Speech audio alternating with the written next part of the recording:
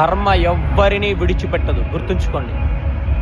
మనము ఇంత భోగభాగ్యాలు అనుభవిస్తూ ఆయురారోగ్యంగా ఉన్నాము అంటే మన పూర్వీకులు ఎంతో దాన ధర్మాలు చేసి క్షేత్ర దర్శనాలు చేసి ఉంటారు.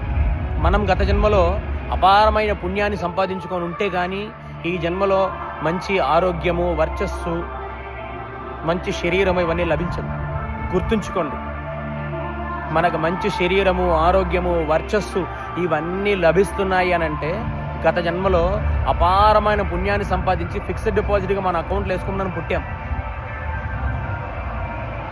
నెక్స్ట్ జన్మలో మనం ఇంకా ఉన్నతమైన పుట్టుకలు, ఉన్నతమైన జన్మ ఉండాలి అని అంటే ఇంకా దాన ధర్మాలు చేయాలి, ప్యూర్ హార్టెడ్గా ఉండాలి, క్షేత్ర దర్శనాలు చేయాలి, సత్కర్మలు చేయాలి, మంచి కర్మలు చేయాలి, పాపకర్మలు కాదు,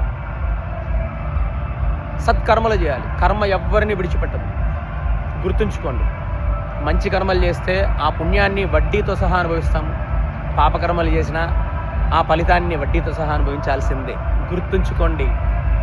డబ్బు సంపాదన, డబ్బు వ్యామోహంలో పడి పిచ్చి పిచ్చిగా అడ్డగోలుగా డబ్బు సంపాదించడానికి ఆలోచించుకొని ఎలా పడితే అలా డబ్బు ఉంటే చాలు అన్నీ తుడిచిపెట్టుకుపోతా అనుకుంటున్నారేమో.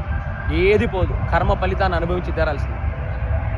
గుర్తుంచుకోండి, ఎప్పుడూ కూడా సన్మార్గంలో నడవండి, ప్యూర్ హార్టెడ్గా ఉండండి. ఒకరిని మోసం చేయాలని, కుళ్ళు కుతంత్రం ఉండాలని ఉండకండి.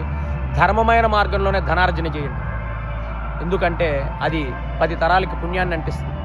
దాన ధర్మాలు చేయండి, క్షేత్ర దర్శనాలు చేయండి, ధర్మమైన మార్గంలోనే ధనార్జన చేయండి. గుర్తుంచుకోండి. ఎందుకు చెప్తున్నాను అంటే ఇవాళ రేపు డబ్బు వ్యామోహంలో ఎలా పడితే అలా చేస్తున్నారు. మీరు ఆ డబ్బుని సంపాదించి ఎవరికి పంచి పెడుతున్నారు? మీ పెళ్ళాం పిల్లలకు పంచి పెడుతున్నారు. అంటే మీరు చేసే కర్మలో వారికి కూడా భాగాన్ని పంచి పెడుతున్నారు. ఆలోచించండి. ధర్మమైన మార్గంలో ధనార్జన చేయండి, ప్యూర్ హార్టెడ్గా ఉండండి, దాన ధర్మాలు చేయండి, క్షేత్ర దర్శనాలు చేయండి, సత్కర్మలు చేయండి. ఆ పుణ్య ఫలితము మీకు 10 తరాలకు వస్తుంది.